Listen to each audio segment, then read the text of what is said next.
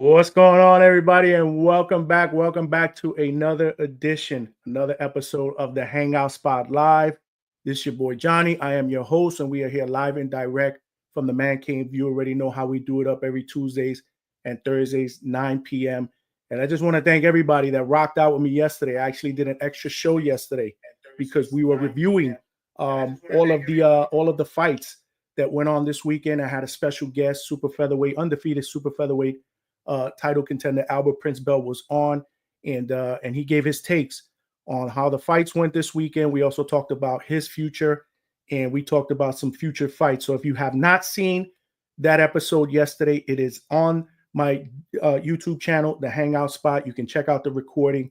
But today we got another banger. We got another special guest, this time from the journalist field, and nobody's doing it up, bigger than my girl. So we're gonna bring her in a second. But first and foremost, you already know the deal. You know the ground rules here at the Hangout Spot, man. 3 ground rules. You gotta smash that like button and make sure you do that because it will help with the visibility of the channel. What we're trying to do is we're trying to get this channel out there in the algorithm, in the eyes of other boxing fans, so that they know that we're rocking out here every Tuesdays and Thursdays, 9 p.m. here at the Hangout Spot.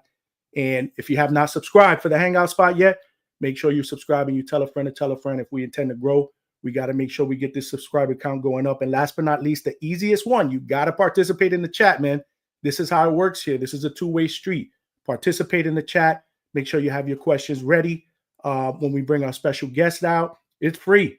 It's free. But if you're feeling generous and you want to throw brother a bone, I mean, there's always the super chat option, and I'll always appreciate that.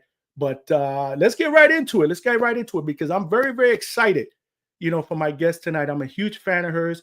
She is a boxing journalist extraordinaire, working for PBC. She works for DAZN. She's a ringside and play-by-play commentator, and she's everywhere. If you watch boxing, you've probably seen my special guest at some point or another in some kind of boxing card. In fact, once we get into the weeds of it and we get her in here, she's going to break down, all the different platforms that she's been on. Very, very impressive. She's putting in that work in the field. And the most impressive part about it is she's a female doing it in a male-dominated sport. You know what I'm saying? So that's why I'm a huge fan of hers. So without further ado, let's get my homegirl up in here, man. Hello, hello, hello. That's a very flattering introduction. Thank you for having me. Listen, Claudia Trejos, the great Claudia Trejos, is here live and direct with me at the Hangout Spot here in the Man Cave. Welcome to the Hangout Spot.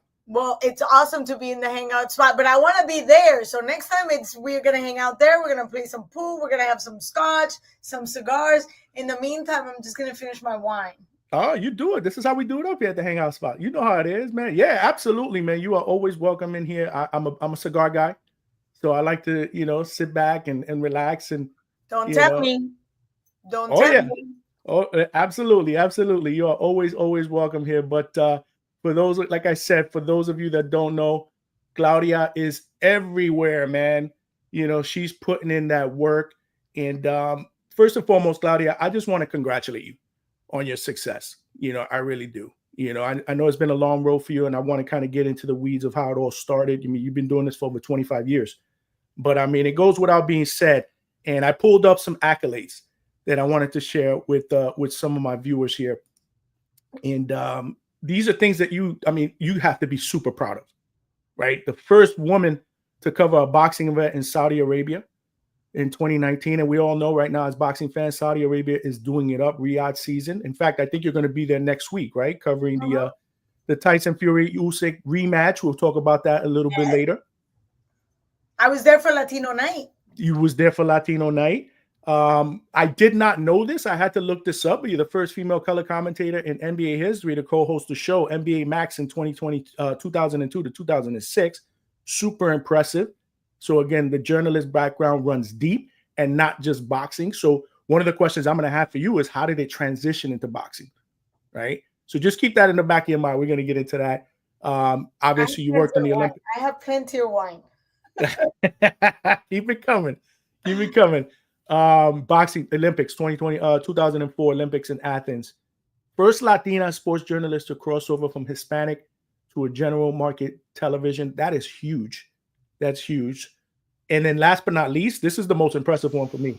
Like I said, where have you not been, Claudia? ESPN, Fox Sports, Showtime, Telemundo, Univision, The Zone, PBC. I saw you at the PBC card, at the Tim Bachram card. So we should add Prime. We forgot Prime. Prime. That's what I'm saying.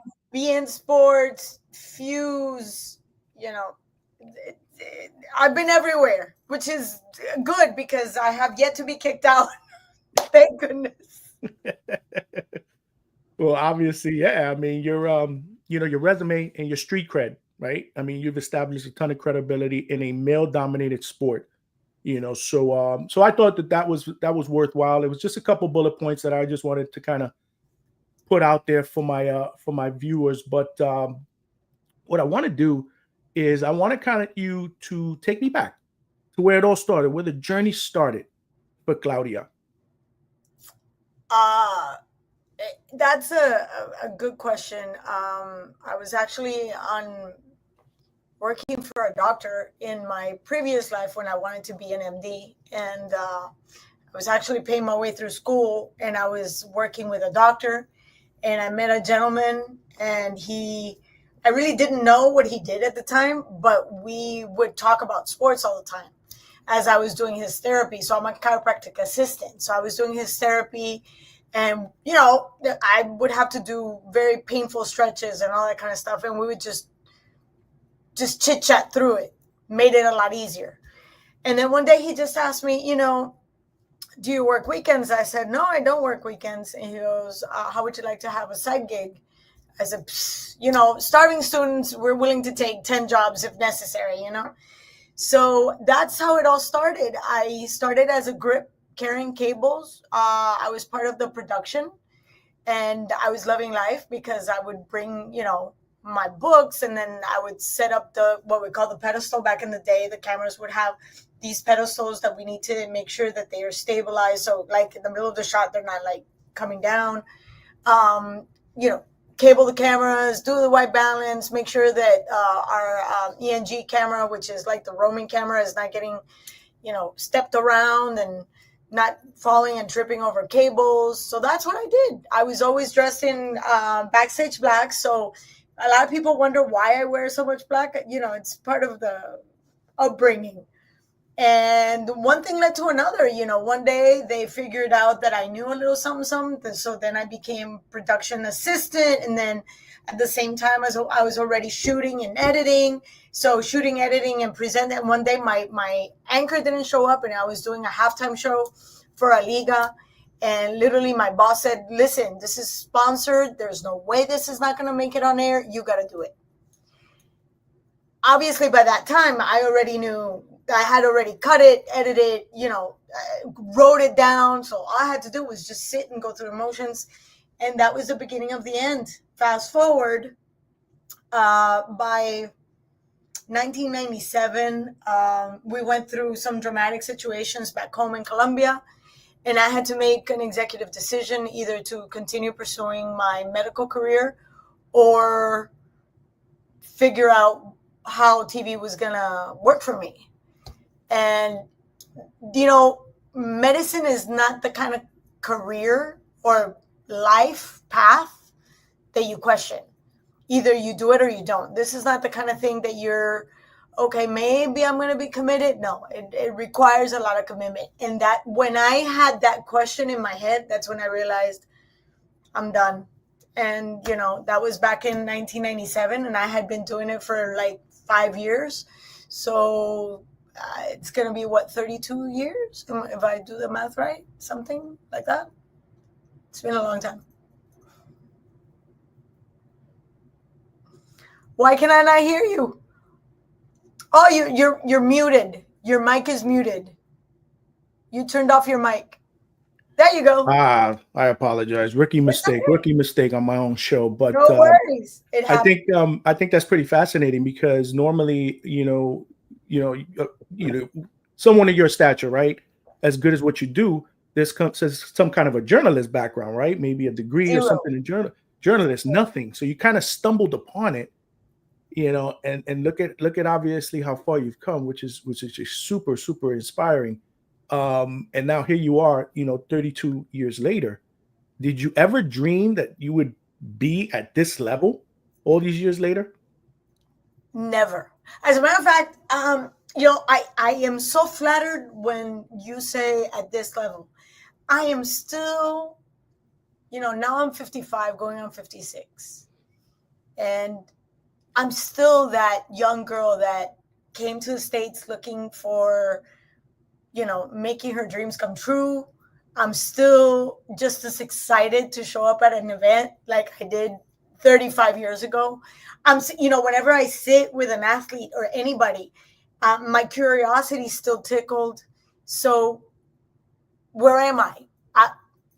I'm just playing. I'm living my best life every day. Like, even I think the best compliment ever given to me, besides you being so kind and seeing me through such kind eyes, would come from my daughter, actually, where she says, very pissed off, because she's going to college, and I said, you got to work, you got to be diligent. She goes, yeah, well, easy for you because you're always playing. Right. And it's true, because deep down in my heart, I'm still showing up with the same excitement, if not more, than I did when I was growing up and watching, the Kareem Abdul-Jabbars of this world. And I wasn't even here in the States. When I saw Muhammad Ali and Duran and, Oscar de la Hoya, when I first saw him back in 1991, before he actually made it to the Olympics, I'm just as excited now. So yes, I am blessed. Where am I? I'm living my best life because I'm just as curious and excited. No, that's awesome. And I know how you feel, because when I hit any event, it's just, I love it. It's awesome. It's great atmosphere, great people. I love boxing. I love everything about it. But you didn't start out doing boxing. No. So what sports did you start out at? What was basketball? No. So the normal progression. So let me back up. I'm a frustrated athlete. So I was your typical tomboy jock type girl. I didn't fit the typical Colombian lady stereotype. I was always dirty playing tennis, and I was lifting weights, and I was also a gymnast, or I was playing basketball. So my level of adrenaline and aggression was always, sports was the outlet. And I enjoyed the intensity of a good basketball game and the physicality of it. But I liked the strategy behind tennis. But since I was about 5, 6 years old, I had a knack for throwing punches. My first husband, even though he never knew me, he rest in peace, was Muhammad Ali, and I was only 5 or 6 years old. By the time I was 8, I had asked my dad to give me a speed bag. I'm going to give you a little bit more of background. So I'm number 14 out of 17, and I have many older brothers. Wow. So the ongoing joke was, look at her, and I've always had short hair at different levels. If you were new to my family, you were not really sure if I was a boy or a girl, because I was always wearing shorts and my knees were all scraped. And obviously I had very short hair. We used to call that a tomboy. Exactly. So my hair was a like very short, tapered in the back, gamin style, like a gamin. So the joke was, okay, you wanna throw hands, and we would throw hands, and I hit hard. So it's like, you just lost to a girl. So fast forward, boxing was not, I'm not gonna say illegal or illegal. It was not what a girl would practice. Right. So my next best thing was basketball, because there's certain levels of aggression that you're allowed to have on a court. And then the other one was the power with when I lifted weights.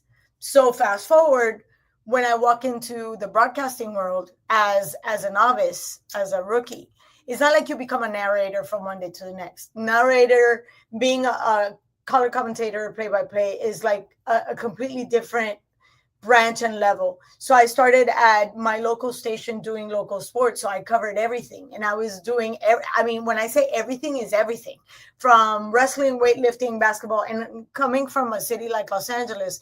And at the time we had Ducks and Kings, Lakers and Clippers, Rams and Raiders, and I'm missing Dodgers and Angels. Of course, I'm a Dodger fan. Thank you.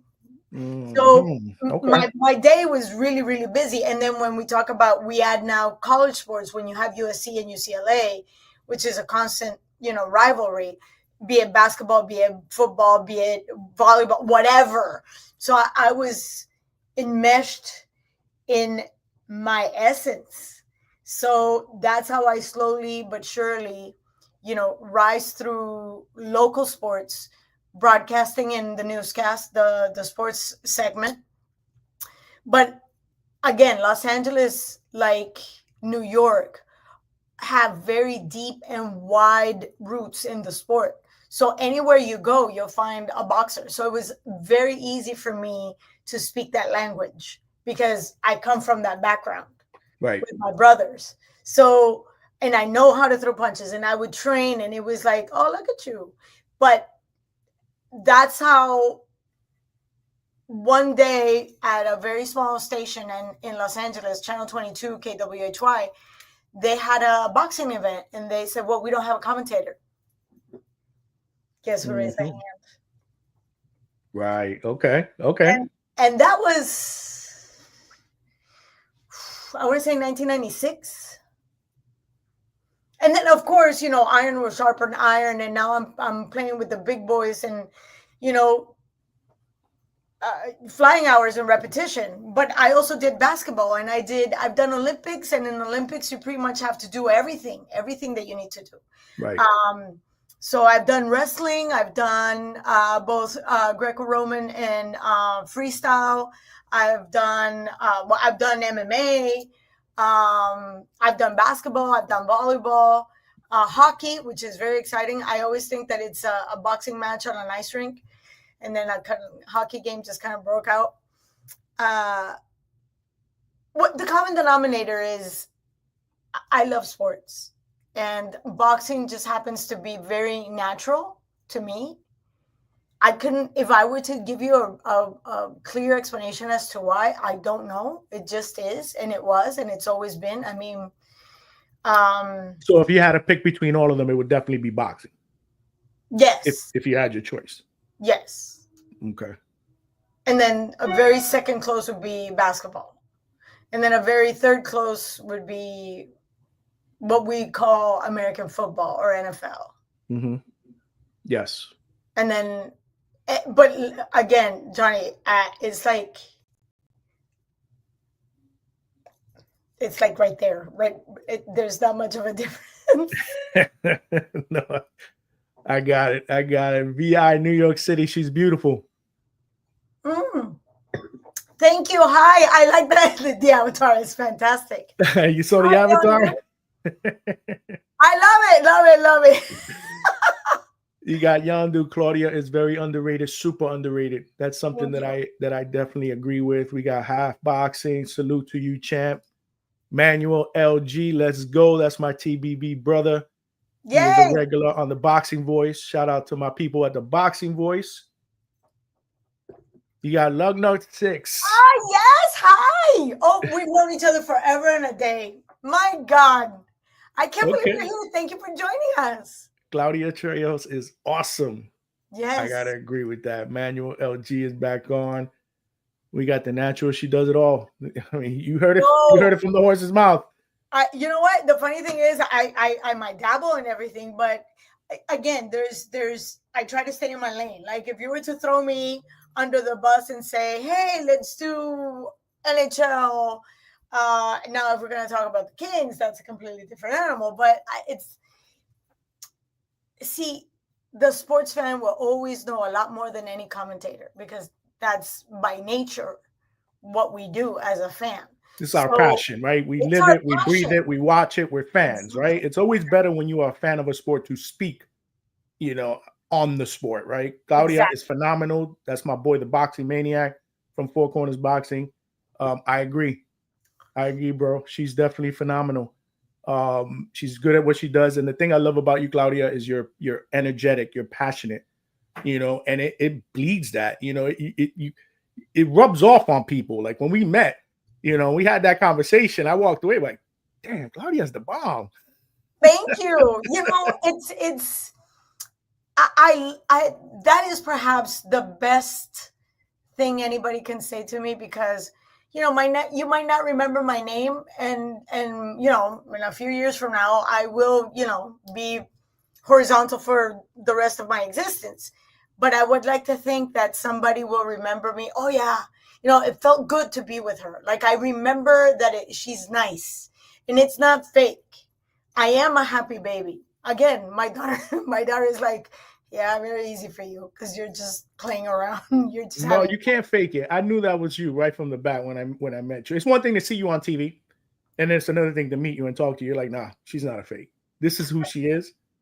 Is there? I don't think. Well, maybe you can tell me. Is there that much of a difference between, because we've met, personally? I don't think there's much of a difference between the person that you see on camera. Not at all. But that's what I'm saying. If somebody didn't know you and they saw you on TV, is that all an act? Is that who she really is? But no, it isn't. That's who you are. Well, there's some people, the haters never fail. And it's like, well, I mean, the haters fuel us, right? I mean, if it wasn't for haters, right? What will fuel us? But I thought it was very, very interesting that you said earlier that Muhammad Ali was your first love. Oh, yeah. So he is your favorite fighter of all time? Hands down. You're a big old school boxing fan, right? Yes. Who are some of your other favorites? Boxing is so diverse that I could break it down to, best brawler, best fighter, best defense, best, and we can, who fights best, in their heels, yada yada. We can break it down. But when we're looking at the person as a whole, and what it's done for the sport, and what it meant for the sport, and then what trickled into our society, and what stayed with me in particular, I have to say it's definitely Muhammad Ali. Because by the time I came around, I only got a chance to see him when I was very little. But by the time I became a pro, he was already with Parkinson's, and he obviously was not fighting anymore. But there was always that assertion and kindness all together, which was very interesting because, I mean, I don't think there's anybody in this world, and if there is, please forgive me, or I'm sorry, I don't think there's anybody in this world that hasn't even heard of Muhammad Ali. You know what I'm saying? Absolutely. So this is the kind of man that would always take at least 5 minutes. The only second I had a chance to meet him was in the Olympics in 1996. And I was part of a coverage team that didn't have rights. So I'm standing like in Bamfak, Egypt. But he's passing by because they're getting him ready to turn, to light up the flame. And you could still, he was still a big man. He was already shaking. Obviously, we all saw it as he was there, but right. You could see him as he was waiting. So I just, it's the typical that Mr. Ali, hi, I'm a fan. And he just looked at me, he says, thank you. That's it. That was the extent of our exchange. And it stayed with me because he could have just ignored me. He could have this is a man that's, his image transcends. Larger than life. I mean, like you said, an icon, a global icon, not just in the States, all over the world. So yes. And not just for boxing, but what not he just for meant boxing. For our society. And he did it gracefully, eloquently, with elegance. And that stayed with me. And all he said was, thank you. That's it. And it stayed with, but there was something intangible to that exchange. There was something that touched me in many ways. And it was funny because I was maybe 5 or 6 the first time I saw him. I could do the math and go back, but let's not do that. 5 or 6, yeah. And I remember thinking, this is a beautiful man. This is a beautiful, and what I did not know at that time, what a jab was, I had no idea. And then in time, thanks to ESPN Classics and what have you, I got a chance to see his earlier fights, and then, the progression. But yeah. That's amazing. I'm glad that you got a chance to have that moment, man. It's rare in life that we actually get a chance to be around, meet, the person that we idolize. As children, that had to be a very, very special moment. And I could see your emotion as you're talking about it, right? Because it's something that you're never going to forget, something that you're always going to hold near and dear to your heart. And yeah, make sure you hit that like button. Everybody, if you have not hit that like button, make sure you smash that like button, as it will help with the visibility of the channel. If you have not subscribed to the Hangout Spot, make sure you do so. I am here with the great Claudia Trejos, live and direct here at the Hangout Spot with me. We got some questions from the chat, but we're going to save those for a little bit later on, because I got some Q&A too, and then we'll kind of mix my questions in with the chat. So make sure you guys you're aboard here. That's my sister Michelle. Appreciate you. Thank you for the support. But yeah, besides Muhammad Ali, is there any other greats that you enjoyed when you were back in the days?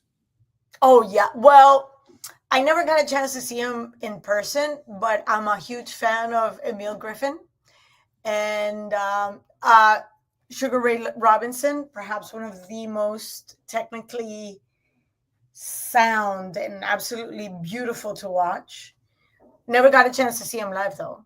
And then of course I have my own very dear to my heart, and it's Julio Cesar Chavez. He's basically like my godfather / he's gonna kill me because he's gonna say I'm not that old. But no, he was one of my favorites. He was one of my favorites growing up. And let me qualify that. We've known each other for 30 plus years. So I literally grew up watching him. This is the man that I grew up watching. And then the list goes on. I mean, Salvador Rodriguez. I mean, the list goes on. I start stirring the pot and a whole bunch of names come up. But I guess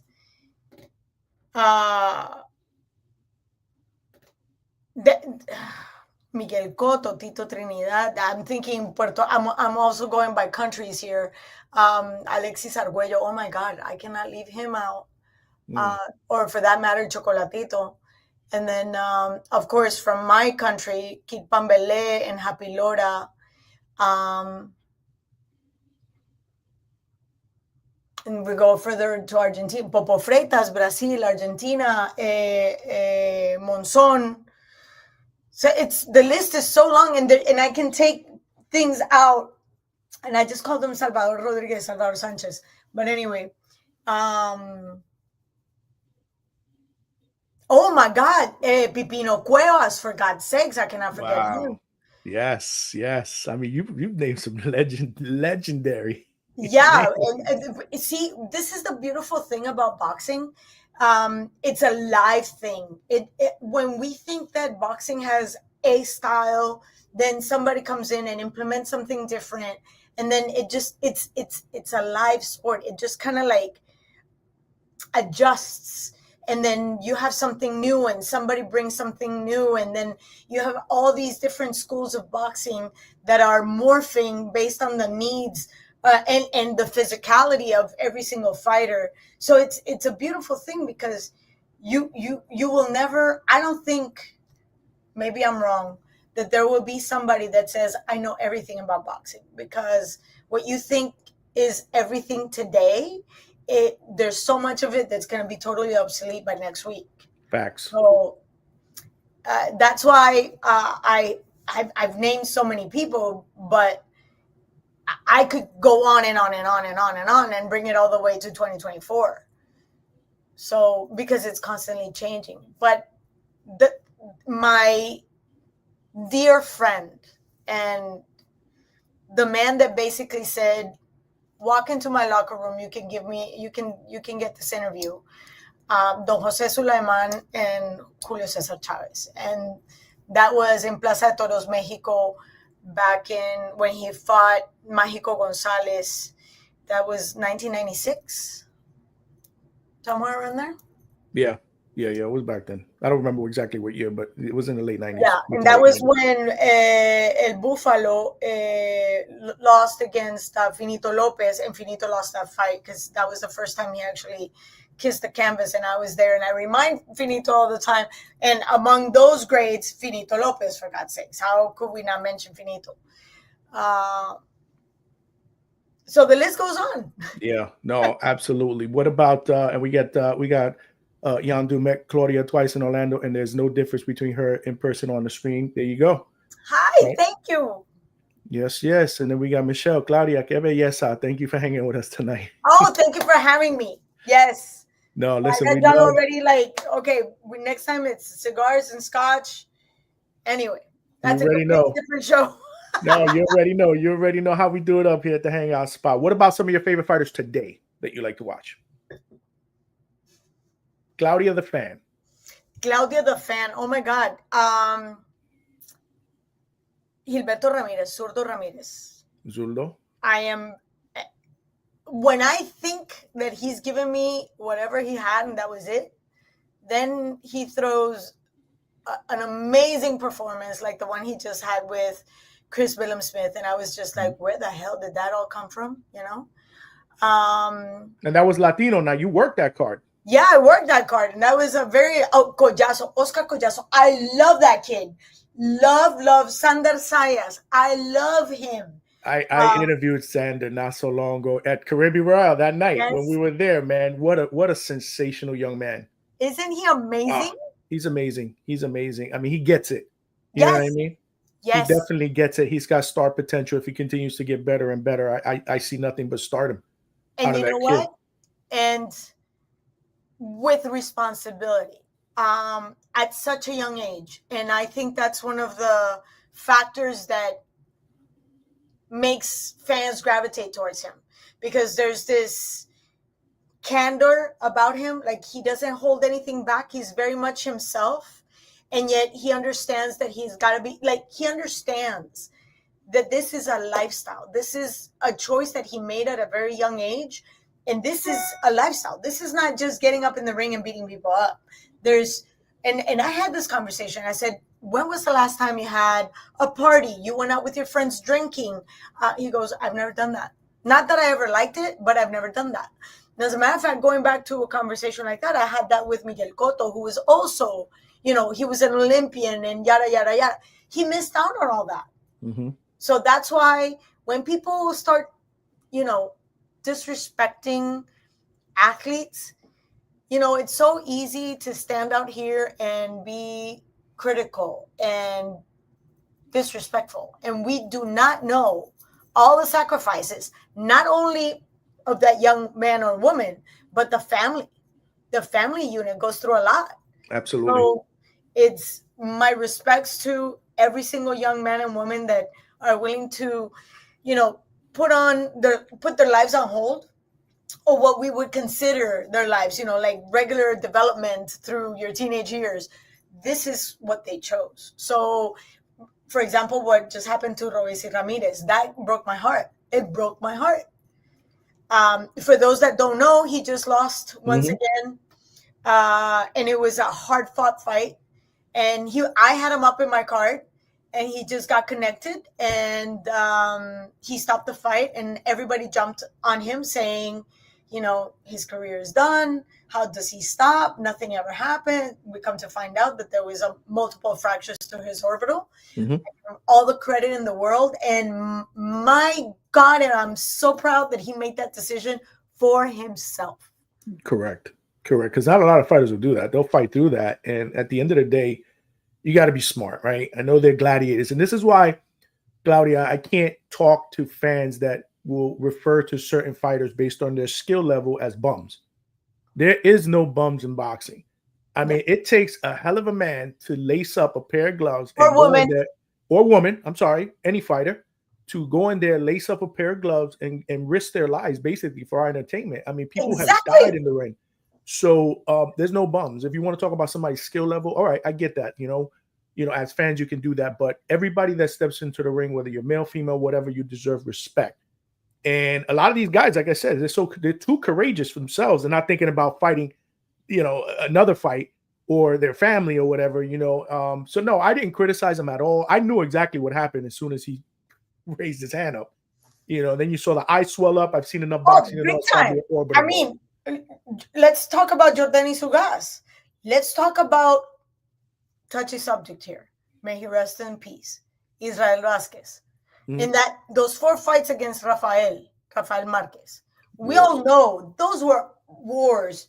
Those take years out of your life. And they did. They did. Israel was never the same. El Magnifico lost a little bit of speed, a little bit of huspa, a little bit of, and then of course his eye, and then his whole life withered away right before our eyes. And we just lost a world champion a couple of weeks ago. Yeah, and nobody said, great fighter. Yes, but nobody said, oh my God, he should have taken one less punch. Yeah, I mean, listen, like I said, man, I think these guys, they sacrifice not just, family, obviously, like you said, but their bodies, what they put their bodies through. I mean, I don't think people realize what a training camp. The human body wasn't meant to go through that type of abuse, during a training camp. I mean, you're basically beating up your body all day long to get ready for a fight. Right, exactly. So, for 8 weeks, 9 weeks, your career. So let's talk about one of my other, like present day favorite fighters, Virgil Ortiz. Okay. My God, Rabdo has taken so much from him, his mental, I'm not going to say stability, but he's worried. Obviously, he's worried. He's in his early 20s, mid 20s, and fights have to be canceled. No fighter prepares, like you just said, through training camp to have the fight pulled because he's not up to par, because he's not willing, because he can't perform at his best. And people have actually come out and said, oh, you're a bum. You're lazy. If anybody knows anything about Virgil, or most of the fighters, their work ethic is flawless. Mm-hmm. Flawless. I wish I had 1/10 of that dedication. So when they come out and criticize somebody like that, or somebody like Roesi, who fought for his life against Espinosa, and let me tell you, El Divino's no joke. No joke at all. Yeah. So when people start talking and saying things like that, you know what I say? I got a cigar to smoke and I got a drink to catch. I hear that. You're right, man. And is no joke. He's a unicorn at that division, man. 6 feet tall. He's going to be a force to be reckoned with, man. But and I'm here with Claudia Trejos. But let's flip around a little bit, because I know you got a lot going on with work. You're doing the Riyadh cards, you're doing PBC. What else are you getting into that I don't know about?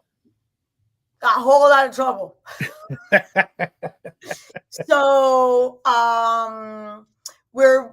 this is my 3rd fight with Roy Jones Jr. We're doing this at in Yamaka in Washington State. When is that? That is Yakima. I always get that messed up. That's on Thursday. And that's on Thursday. So that was what we were talking about today. That's what we were texting about today. Yes. Okay. That's so that's Redlands Casino. Okay, so you're going to be working that. Yes. And that just came out of nowhere, right? No, actually, like I said, this is my 3rd fight with him. My first one was in January. Then my second was right after the Olympics. And then this is my 3rd in 2024. And we're looking at having at least another 4 to 6 dates in 2025. And we're dealing with his stable. He's having his stable get, flying hours. In the last fight, we have Mandeep Yangra from India. Okay. And he was fighting for the NBA title. And for this event, our main event is Shady Gamor against Devonta McDonald. One is from Pensacola, Florida, training with Roy Jones Jr., and the other one is from the state of Washington. That's our main event, and that's going to be on Thursday. And then Friday, I fly to Orlando. I will see you there. I will see you there, Orlando. We're going to be at the WBA convention. It's 103 years now? 103? And I think it's like the third straight year, I want to say, in Orlando. I believe so, yes, because the Yeah. 100th, which was actually the 101st because of the COVID, so they couldn't do the 100th, so it was pushed forward. So this is the third one, and then I do Curiel against Rocha on Saturday, and then on Sunday I fly out to Riyadh so I can do the coverage all week for Usyk Tyson Fury. And among those that I really enjoy watching, definitely Alexander Usyk for me is one of the most interesting fighters. You know, Tyson Fury is a whole lot of personality, and God knows has given me the best interviews ever. And I will never forget, we did this one for Telemundo. He showed up in his skivvies with his cup, and he said, either you do the interview like this or you're not going to get an interview. I said, are you okay showing up like that? Yeah. Okay, let's do it. The best freaking interview ever. Ever. I mean, awesome. Talk about transparency at its best. I mean, there was nothing covering anything at all. Wow. He was just open about his But he seems like that type of guy. He seems like he can be out there. But it isn't out there. This is the dichotomy. You think that he's being outlandish. He's not. He's being, I'm going to use a word that a lot of times is like, well, he was being genuine, transparent. This is who he is. He's larger than life. And we're not talking about just the size. I mean, like when he devotes his time and effort on something, he's going to conquer that. Like when he went drinking, he went all in. When he decided to get out of drinking, he was all in. When he decides to train, you can ask Bert, or you can ask Suge. He'll tell you he's all in. It's like there is no in between with him. You are either nobody or everything. Polarizing. He's a very polarizing figure. Yes. Yeah. Yes. And I love that. On the other hand, Alexander Usyk has a very interesting sense of humor, and he understands that there's buttons to be pushed, and he knows what buttons to push, and he doesn't do it maliciously. He does it more like with wit, and I like that. I really enjoy that. That combination of personalities is fantastic. Wow, that's interesting. I'm excited about this rematch. You know, I really am. Interesting first fight. I had Tyson Fury winning that fight fairly easy in the first half. Then he got hurt. And then Usyk did what he did. Very, very impressive performance, especially for a guy that's basically a smaller heavyweight. I mean, moving up from cruiserweight and basically mowing down everybody in the heavyweight division that he's fought, Usyk. But I think this one will be interesting, man. I think this one will be interesting. I'm not going to ask you what you think about it because you're actually working on this fight. Thank you. So yeah, so I know the business of boxing, but personally, I don't know who I'm picking in this. I want to pick Fury in this fight because I just think that he was doing so much of a good job in the first half with the boxing, with the body work, and I thought he got comfortable. He was messing around, joking around, showboating a little bit, and he got caught, and he was never able to recover. I get the sense that if he stays focused on what he was doing the first half of that fight, that he can win that fight. So you don't see Usyk being able to make any adjustments after the first fight? Well, no, I don't say that either. So yeah, you're probably right. I do, but we're just talking about a bigger guy, longer reach, superior boxer. If he can stay away, I mean, I don't know. I just find it hard to believe that he can't win a rematch, but I'm not going to count out Usyk. This is the money. I'm not a betting guy. So this is just, and you know what, Claudia, between now and Saturday, I'll probably change my mind like 10 times. At least. It's one of those things. Every time I get new B-roll or I get a different quote, it's like, it ain't over till the fat lady sings, and the fat lady is not singing until December 21st. So in the meantime, we just sit pretty. Absolutely. And I give you a lot of credit, a lot of travel in the next week. That's why I appreciate you even more coming on with me today. You got a busy schedule and you decided to give me some time. and come hang out with me. So again, I want to thank you for that. We got some questions though. Let's get some questions. Talk to me. We got a couple of questions from the viewers here. This one is from Manuel LG, my boy from the Boxing Voice. What did she think about Jake Paul, Mike Tyson event? And I'm gonna, and this is Manuel, with all the love and respect, does it really matter what I think? 65 million people saw that. That broke every single record that I've witnessed. So it really doesn't matter what I think, because people watched. And I gotta tell you, this is good for boxing. I don't care what people say. At this point in time, we need the eyeballs, and Netflix got them. And as horrible as it, trust me, I woke up at 3:00 in the morning, Riyadh time, to watch this. Mm-hmm.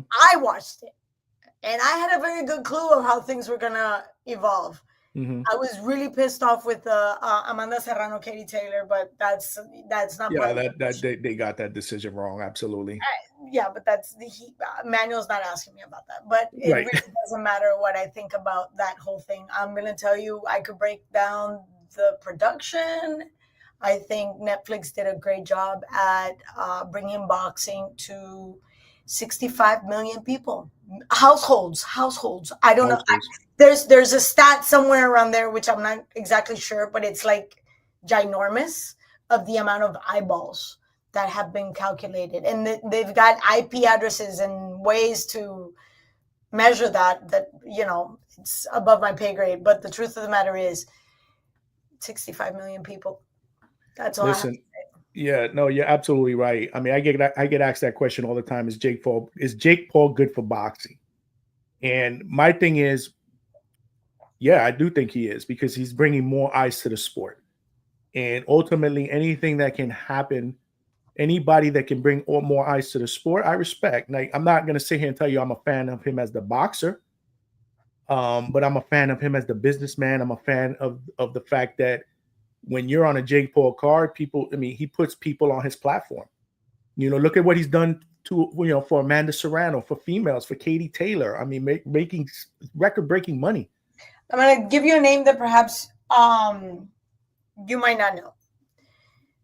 Crystal Rosado. She's an up-and-coming talent from Puerto Rico. There's a lot of young men and women that are benefiting from the opportunities that are being opened right now. I remember back in the day when we had great talent, outstanding talent in Puerto Rico, Mexico, Nicaragua, you name it. They had no way or a place, because if you were not with the big guys, there were no dates. There were only a few networks. But now we have the opportunity to have many platforms that are willing to work with Jake Paul. So I'm excited about that, and I'm very glad that's going on. Did I lose you? Yeah, you did for a second there. I don't know what happened there. Little technical difficulty, but I'm back. Can you hear me? Yeah, I hear you perfectly. I just wanted to make sure. Did you hear what I said? Yeah. I caught the tail end of that. Lugnut 6, Claudia, do you see more boxing organizations like Bare Knuckle Boxing bringing more fans to the sport? And lady, you always have my heart. Thank you. Well, that's another thing that I've been doing, that I just got done with BYB. That was Friday, and I love Bare Knuckle. I know it's different. It's a completely different cup of tea. Much different. Yes. And for those that think it's all combat sports, it isn't. It's completely different technique, and you have to be ready for that. Both as a viewer, as a fan, as a talent, as a ref, as a judge, you got to be ready for it. Yes, I see the exponential growth. When I started with BYB a few years ago, I started at BYB 5. Now we're in BYB 35 coming up in next month. We've seen exponential growth in terms of audience, fan base, and even acceptance. We went from being legal in maybe 2-3 states. Now we're up into like the 30s. And God willing, we're going to make this grow. Of course, now we're global because we partnered up with BKB that was in England and serves all the way from Croatia, Romania, um, France, Norway, Sweden. So basically, yes, bare knuckle is going global. And let's not forget that bare knuckle was here before boxing. Mm-hmm. So our Police Gazette Diamond Belt is the longest standing belt in combat sports. So it's interesting when people just saying, "Oh, this is just brutal and it started yesterday," and it's like, no, this has been around a lot longer, and now it's sanctioned, so it just gives it, that extra credibility. But it's been going on forever. When we talk about John L. Sullivan, who's the guy that actually made it here in the States, John Sullivan was the guy that put it up on the newspapers back in the day. So we're just following that evolution of the sport. And much respect to the bare knuckle fighters. That's another sport, man. That's no joke. Yep. I mean, that's where bare knuckle fighters need a really, really good cut, man, because more than likely they're going to get cut up every single fight. And we, I love Stitch Duran. Stitch, if you're listening, come visit us. Come on. We need you. But we have outstanding cutmen. We have two that are on board with us. One is Vic Starita, and I know you guys have known him, and you've known Big Serge Estrada. They've been around forever. They both come from boxing and MMA. As a matter of fact, Big Serge Estrada was the cutman for Anderson Silva. So we're talking about guys that have been in the trenches, and they both have military backgrounds. I understand Serge was a medic with the Army. Vic was with the Marines. So they've seen a thing or two, and they've implemented all that know-how into our powerful, amazing Trigon and our great warriors. And I am so grateful because they really make a difference between having a good night or having a horrible night. And we're not talking about just winning or losing. We're talking about just having a horrible, horrible night. No, absolutely. And shout out to my guy Stitch. I actually interviewed him. I love Stitch. Stitch is my guy, man. Stitch is my guy. His I believe his documentary is coming up. Yes. And I'm waiting for that invitation. Stitch, let me tell you, he has seen it all. And I worked with everybody. Exactly. And you know what? The wonderful thing about Stitch is he is so generous with his knowledge. He's so generous with sharing his experiences. And it goes with his character. I mean, let's not forget his parents were part of La Pizca back in California. And he's always representing the people that he grew up with. And that shows character. That shows a lot of character. And I'm so honored. So these are the days that I go, I think I made it because I got Stitch on my phone. Like if I have a question, I can call Stitch. Because, I mean, you're going to find people that know a lot that have been around. He's a legend. He's a legend. But he's a legend that's willing to share. Right. Completely different human being. Yeah. Yeah. And like I said, I reached out to him. No issue. He came up, give me an interview. I mean, he's always going to be my guy. I'm always going to have love for him, man. Yeah. But I am here with the great Claudia Trejos. We got a question from Liz Rosado, who happens to be my wife. Hi, and she's Liz. A big fan, and she's a fan of yours as well. Ay, mira, qué linda. Óyeme. You married up. Good job. So she said, you mentioned Virgil. Do you think Xander is ready for him? So, obviously Xander was calling him out a couple weeks ago. They decided to go another route. He's going to be fighting Israel Madrimov on that big February 22nd card, Saudi Arabia. I'm sure you're going to be there for that, right? I hope so. I'm keeping my fingers crossed. Yes. Okay. So hopefully you get to be at that fight because that fight card is going to be absolutely insane. So you keep sending your, good vibe and juju over there. Yes. I got you. Let's have the, the gods, approve. Xander, if you know anything about Xander, is not the type of guy that's just going to be calling out names to call out names. And he comes from a very structured environment where, in a good way, meaning there's always fundamental cohesion to everything that he does inside and outside the ring, meaning his training camps, looking forward to, and he's progressively like natural progression for somebody young with a lot of talent that's still growing, developing into his man body. And there's always that one guy that we're vying for. And I don't see that as a bad matchup. But do you think it's too early for Xander? Because okay. Because I thought about that. No. Let's take in consideration the intangibles. The fact that Virgil has had voids in his career due to rhabdo. He's had like long layoffs. But in terms of maturity and boxing IQ, I think they're up to, and that, I hate to say it, but either you have it or you don't. We want to say that you acquired it with time and experience, but it's amazing how this new generation of boxers, they have a completely different chip. It's like they're born knowing how to like dip, how to like sit into their punches, and you go like, where the fuck did you get that from? Talking about another guy that I love, Joshua Franco, and of course Bam Rodriguez. You know, brothers. Big Bam, or small Bam, but he fights big. One of the best fighters in the world. God. I don't think I've ever been 112 pounds ever. 115, 118, however much he's weighing right now. But the guy can pack a punch, and not only that, going back, completely different chip. They, in Spanish, we say nacen aprendidos. They already know everything. It's like, where did you get that from? You haven't been in the ring that long. That only comes with like 20 fights. You know, like certain, you know, like changes of angles and that kind of stuff. And Xander has that.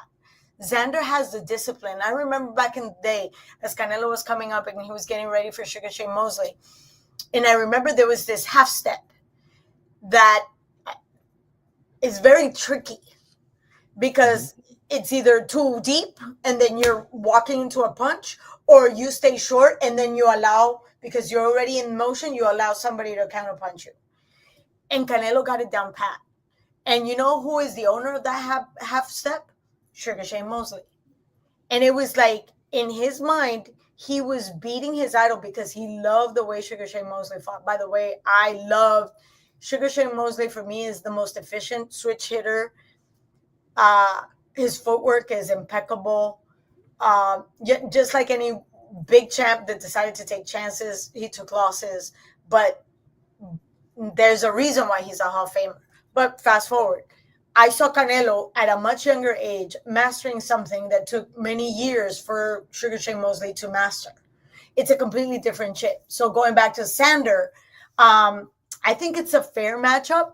Is it, if we look at paper, yes, it might be, he might be a little too green and too soon. But when you look at the way he's matured, and we need to know. And Xander's team is willing to, I know Peter Khan, and he's the type of guy, he's Xander's manager. He's the type of manager that doesn't cuddle his fighters. He needs to know what his fighter is made of. And a lot of times we are so focused on that undefeated, on that zero, that we lose track of where is this fighter's career going to anyway. If you're fighting opponents of lesser caliber, you're really not testing this fighter. Correct. So would it be a tough test? Would it be a high top? Yeah. But so was Mayweather when he fought Canelo. Yeah. It was, I mean, talk about, hello? No. And yet they went the distance, and, you know, and then he fought somebody else just as big, Miguel Cotto, and the list goes on and on and on. Yeah. I remember when Oscar fought Julio Cesar Chavez, and we're like, this schmuck is going to get well, history says something completely different. No, absolutely. And to Xander's credit, like I said during that interview, one of the questions I asked him was, when does he feel he's going to be ready for a title shot or to take over that division? He didn't almost let me finish when he said, I think I'm ready now. Like, he's ready to get that smoke now. I mean, I was a little like, oh, man, maybe one more fight. But I get what you're saying, and you're absolutely right. One of the things I want to see more of is these young guys challenge themselves and not build that not want to say, well, I need to go 30-0 before I take, a realistic shot at somebody who I think or people think can beat me. So, no, they have to challenge themselves. So I get it. I'm convinced. Hopefully, Sander will be able to get a fight like that very, very soon. As a matter of fact, let me go back. His last fight was against Damian Sosa. It went the distance. Patrick Teixeira at that point was 34-4. They went the distance. Mm-hmm. Roberto Valenzuela Jr., 25-4. I mean, and I'm going to give you another one that perhaps you forgot. Fernando El Feroz Vargas against Jory Boy Campas. Mm-hmm. I was there. I saw that fight. Mm-hmm. I walked into that fight thinking Fernando is going to get clobbered. No, Fernando was a special fighter. He was a special fighter. And you're right. You're right. Like I said, age doesn't matter. If the skill level is there and the heart is there and they want to do it, like, who am I? Who are the fans to say they're not ready? So that's a very, very fair assessment. Like I said, I just love Xander Zayas, and I want to make sure, that eventually he becomes the face of boxing. That's just biased me. Of course. But we take these young men and women to a heart, and then we forget their essence. These are fighters. Absolutely. My wife says hi. Hi. And Lugnut 6, do you think you will see anyone be as good a boxer and be among legends like Ali, Hearns, Mayweather? Whew. I'll let Claudia answer that, but at the end of the day, there's just so much great young talent. It just depends. It depends. One of the things that I will say that it depends on is what you said. Are they willing to challenge themselves to be great? Because in order to be a great fighter, you got to fight against other great fighters. You can't just cherry pick your way. I mean, that's the problem that I have with Tank. I think Tank is an extraordinary talent, but there are people that question his resume. Why hasn't he fought Shakur yet? Why hasn't he fought Teofimo? Why hasn't he fought Devin? Why hasn't he unified, a division at 30? So I think that there can be great fighters. The talent is there. They just gotta want to be great. And part of that is fighting against other great fighters. That's my say on that. And I see where you're coming from. I understand what you're saying. Let's not see greatness for me. Jesus, sorry. That's okay. Greatness for me is not directly related to I can't say that either. I was just going to say it's not directly related to performance, but I can't say that either.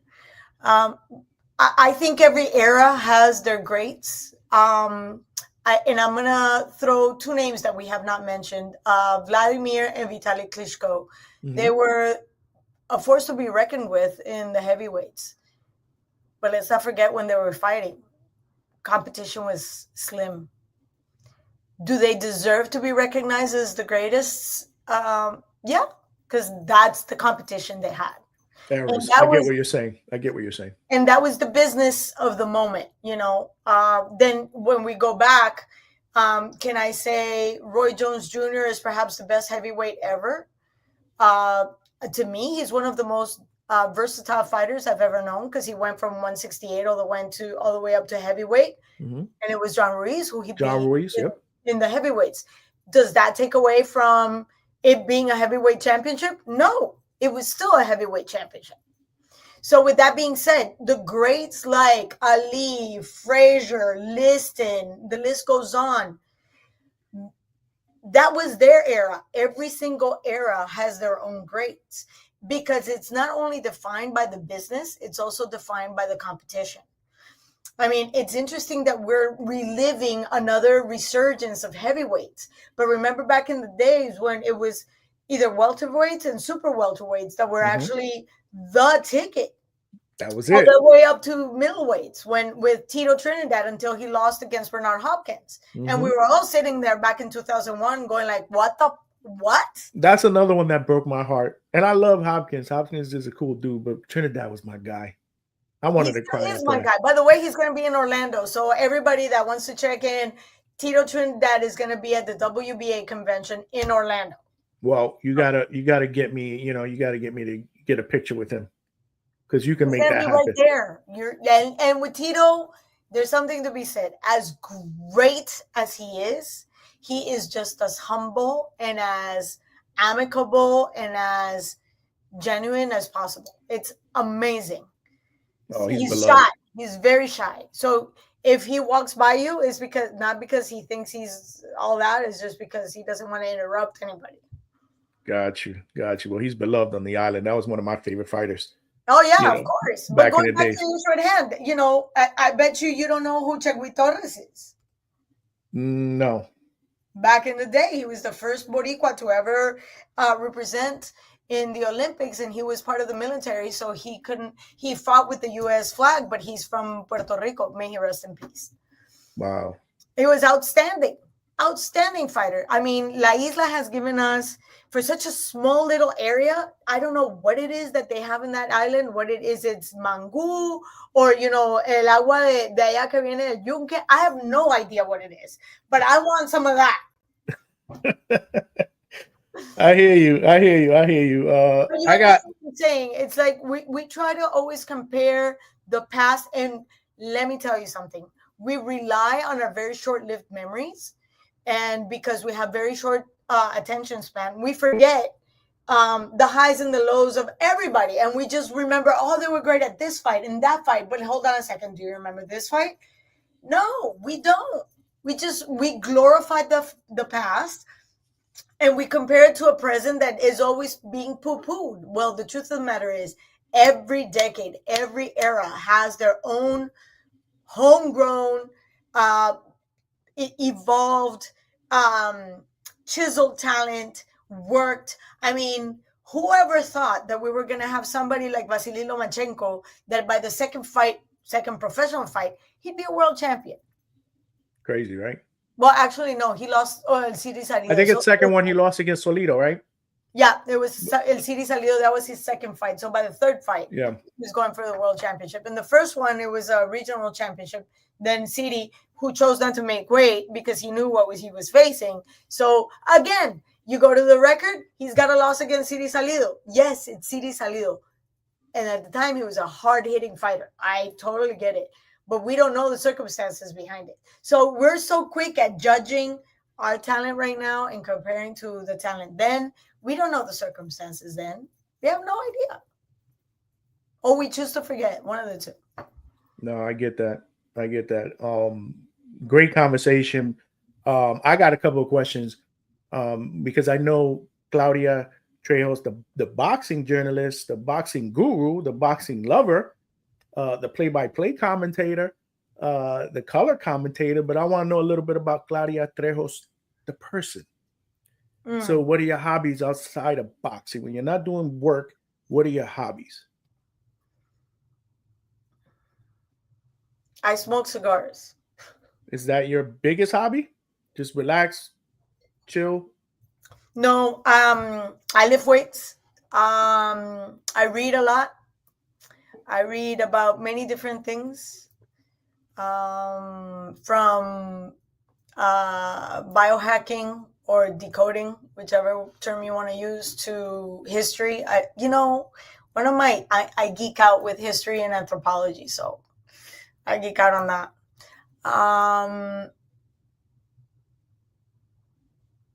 I read a lot about physics. Okay. I know. The viewers are going like, what? Yes. So, science in general. I like science, and okay.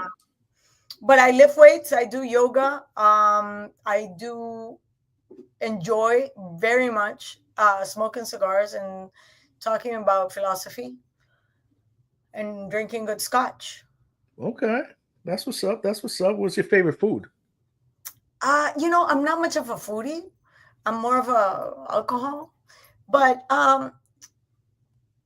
Taco Tuesdays is my favorite, and King Taco in California was my favorite forever and a day. Nothing beats a good carne asada taco ever. You know what? Talking about food that I do enjoy, and when I go to Puerto Rico, un chillo frito. Yeah, con fruta pan in Lake Flynn. Those are the must-haves. And then, but I got layers, lots of layers. So Okay. if I'm in my quiet period, then I just want like a good solid red wine, and then like a good history book about some obscure personality, and I could finish maybe 3 books in a week and a half. Oh, wow. Okay. Or less. All right. What's your favorite movie? Raging Bull. I don't know. For some reason, I thought you were gonna say something a little different, but that's deep. I don't know. I mean, it's rare. Like I said, sometimes I don't see you as a female. I don't mean that in a disrespectful way. I feel like Claudia is one of the guys. You know what I mean? So, but Raging Bull, that's a great movie. It is a fantastic movie. No, it's a fantastic movie. What's your favorite music? What do you listen to? Oh, so I'm a salsera, 100%. 100%. Oh, you're a dancer?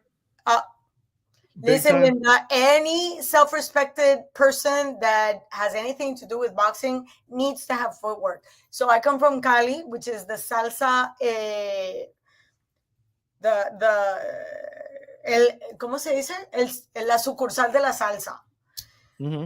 I don't even know how to say that in English, but anyway. Yo entiendo. Yeah, but perhaps there's a viewer or two that no. So it's where we dance a lot of salsa. So I grew up with Celia Cruz, Gran Combo, La Fania, Hector Lavoe, and of late, obviously, the king himself, Mark Anthony, La India, Grupo Nietzsche, Charlie Sa, and the list goes on and on. I'm salsera, salsera, salsera, salsera. What is the most memorable moment in your career so far?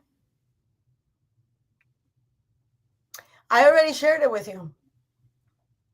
Which one was that one again? Because we've had a long conversation. Oh, the Muhammad Ali moment. Okay, right.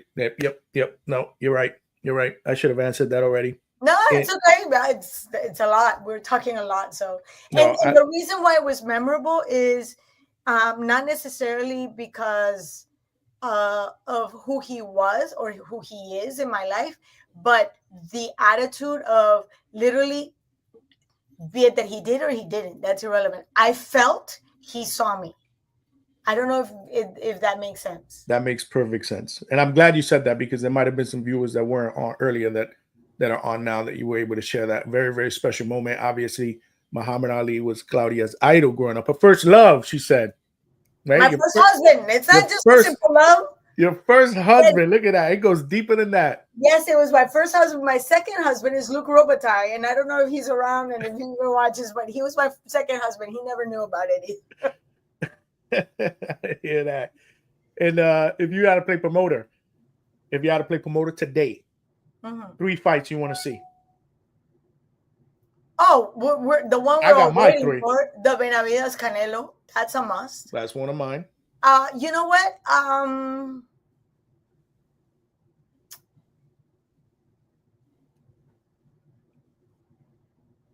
I'd like to see David Morrell back.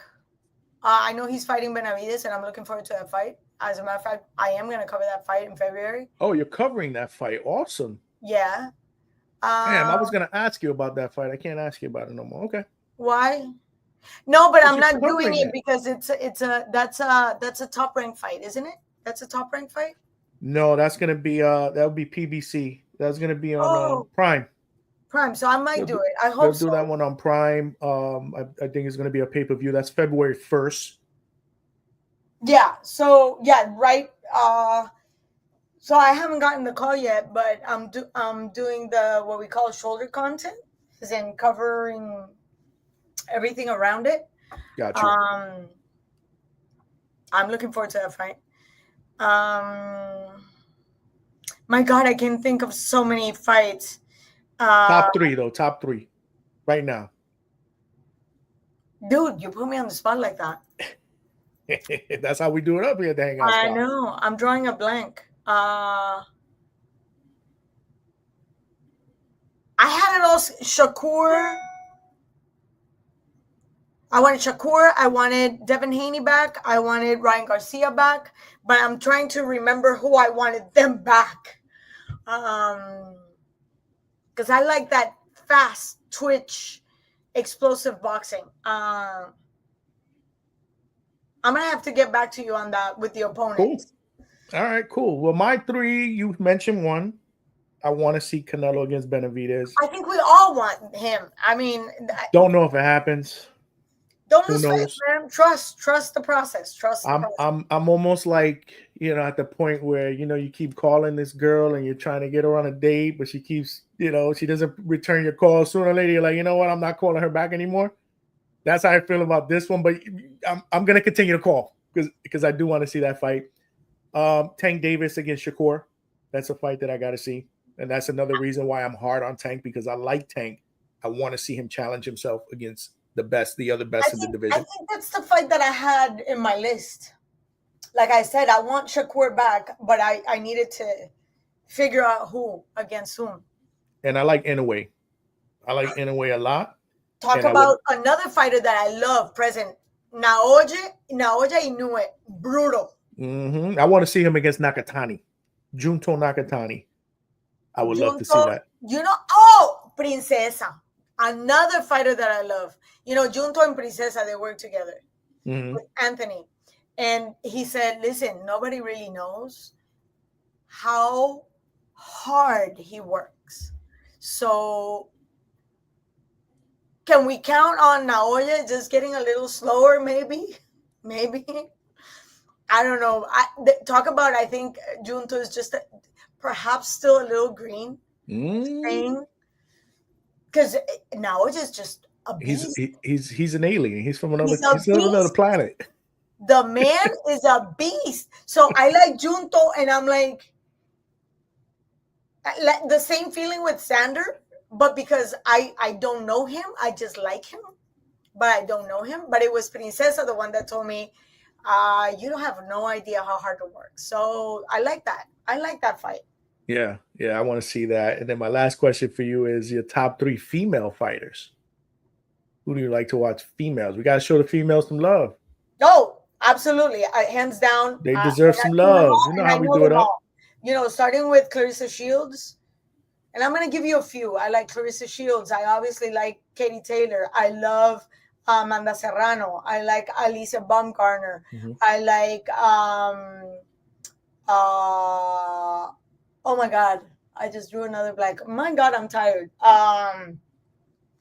Olympian, blonde, tall, fought in London. Is that commentator for Top Rank with Christina Poncher? Oh my God, I can't believe I drew a blank. Yeah, I drew a blank too. It's not Sky Nicholson. No, not Sky. No, American. Oh man, yeah, I'm drawing a blank. It'll come to me. Oh my God, I just spoke to her in Puerto Rico. I love her. Michaela Mayer. Shout out to Yandu for helping us out. Yandu, you got it. I can't believe I drew a blank. I love her to death. My brain is tired. Cool breeze. That's what I thought she was talking about, Sky Nicholson, but we're talking about an American. No, not Sky. Even though I have mad respect to her, but and let's not forget the OG, along with Clarissa, Franchon Cruz de Zern. I interviewed her. She's fantastic too, man. Awesome. She's a great interview. If we can say there's a century man, there's a century woman. I mean, she sings, she designs, she writes, and she can fight. I mean, who else? There's this young lady who's now the WBO international weight champion. Her name is Laura Voleman. Shout out to her. She's fighting December 14th. I mean, I am so honored that I'm living the era where I can rattle off more than 4 names. Back when I started in the 90s, it was just Very Christy true. Martin, Layla Ali, Mia St. John, and the rest just kind of like. No, very true. The women have turned it up the last few years, especially. I mean, so many unification fights. I mean, it's insane. I Yes. love watching them fight, and they deserve respect. They're not women fighters; they are fighters. Thank you for yes, agree. You know, I just want to make sure that I clarify that and I treat them, you know, with that type of respect. But Claudia, this was amazing, man. I could talk boxing with you for hours and hours and hours, but I know that you got to get some sleep and you got a lot of travel ahead of you. But I gotta wake up at 4 o'clock in the morning. That's why I'm like, I'm so sorry that I drew a blank a couple times, but I'm hoping. No, you're good. This was an amazing interview. Let my viewers know where they can find you on social media. If they're not already following you, they're crazy, but let them know where they can find you on social media. Please follow me, touch base with me, send me a hello. Everything is, you know, what's the little symbol called? With the at. Thank you, but it's got another name. I just forget what it is. But at Claudia Trejos, you know what I'm talking about. Yes, absolutely. At Claudia Trejos, you can find me on Instagram. You can find me on X. You can find me on Facebook. What's the other one? On Threads, on TikTok. It's all at Claudia Trejos. All, you know, no spaces, just Claudia Trejos. And I'll be happy to, you know, exchange ideas. And you know what? There's a lot of very, very nice comments, and I appreciate every one of them. Thank you so much for the support. And of course, thank you, John, for inviting me. I look forward to seeing you on Friday at the WBA convention. We're celebrating boxing once again, and it's going to be nice to see your face over there. No, listen, once you come to the Hangout Spot, though, you're family. So you are officially family. You are welcome back anytime. Hopefully I can get you back, you know, at some point where we could continue. Like I said, great conversation, great dialogue. To me, this was more than an interview. This was like I was just chatting with one of my boys. Like I said, you one of the guys. Thank you so much. Oh, no, none taken. Absolutely. Thank you so much for inviting me. And hopefully I'll see you Friday. And then hopefully we'll touch base maybe the second week of January, so we can figure out what's going on with at least the first trimester of 2025, because it's looking good. All right, so I'll get you back on and we'll go over that. But again, appreciate you coming on. Nothing but love, you know that. Travel safe. I will see you Friday. Yes. All right, and you take care. Thank you. Thanks again. Oh, there you have it, man. I mean, just a fantastic interview with Claudia Trejos. She's awesome. You know, she's and what you see on the screen, I mean, trust me when I tell you I'm not exaggerating. That's what you see, you know, in person, man. When you have a conversation with her, that energy, that passion, that love for not just boxing, but what she does, you know, and she carries herself with extreme respect, you know, so nothing but love for her. And she's doing it up in a male dominated sport, and she's making her mark. So nothing but love and congratulations. And we'll get her back. She'll be a regular here at the Hangout Spot. Yandu, I look forward to seeing you as well in Orlando. I will be there again this Friday the 13th is the WBA convention in Orlando, Florida, the beautiful Caribbean Royale Resort, which is like a second home to me. I've worked a ton of fights there. Shout out to Amari Piedra, who's in Box Lab, you know, a man Eric Enrique in Box Lab, who have allowed me, you know, to come on there and work fights. You know, as a member of the media, I've done a ton of fights there. It's a great venue, great atmosphere to do boxing. So if you are in the area, make sure you get your tickets. It's a great card. It's an most valuable promotion, prospect card, prospect 10 card. Main event will be for a WBA interim world title at bantamweight between Antonio Vargas and Winston Guerrero. I interviewed Antonio Vargas a few weeks ago, so if you have not seen my that video, make sure you check it out at the Hangout Spot. And yeah, I mean, I appreciate the love, Lugnut 6. I appreciate the love and support. Everybody who rocked out with me today at the live chat with Claudia and watching us live. You know, I appreciate that. If you have not hit that like button, make sure you do so and subscribe. Make sure you tell a friend and tell a friend. You know, we got to continue to grow this channel. 2024, we made our mark, but 2025, we're looking to take this to the next level. And we can't do that unless we get more riders on this train. But this train is not stopping. We're going to be doing these shows on the regular, like I said, Tuesday and Thursday, 9 p.m. Eastern Standard Time. We're going to have guests all over the boxing, fighters, trainers. We'll get everybody, promoters, we'll get referees, man. We're going to try to get, anybody in or around the boxing community, other podcasters as well, to come here and join me and break down some fights. And don't forget, this Thursday, 9 p.m. Eastern Standard Time, we're going to have light heavyweight Anthony Sims Jr., the magician, Black Sugar Sims.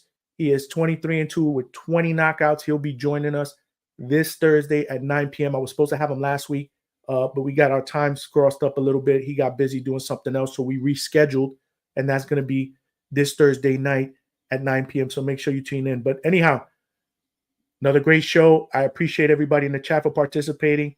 Appreciate everybody for checking us out here at live. But we're going to call it, man. We're going to call it. It's been a great one. But as always, this is your boy Johnny.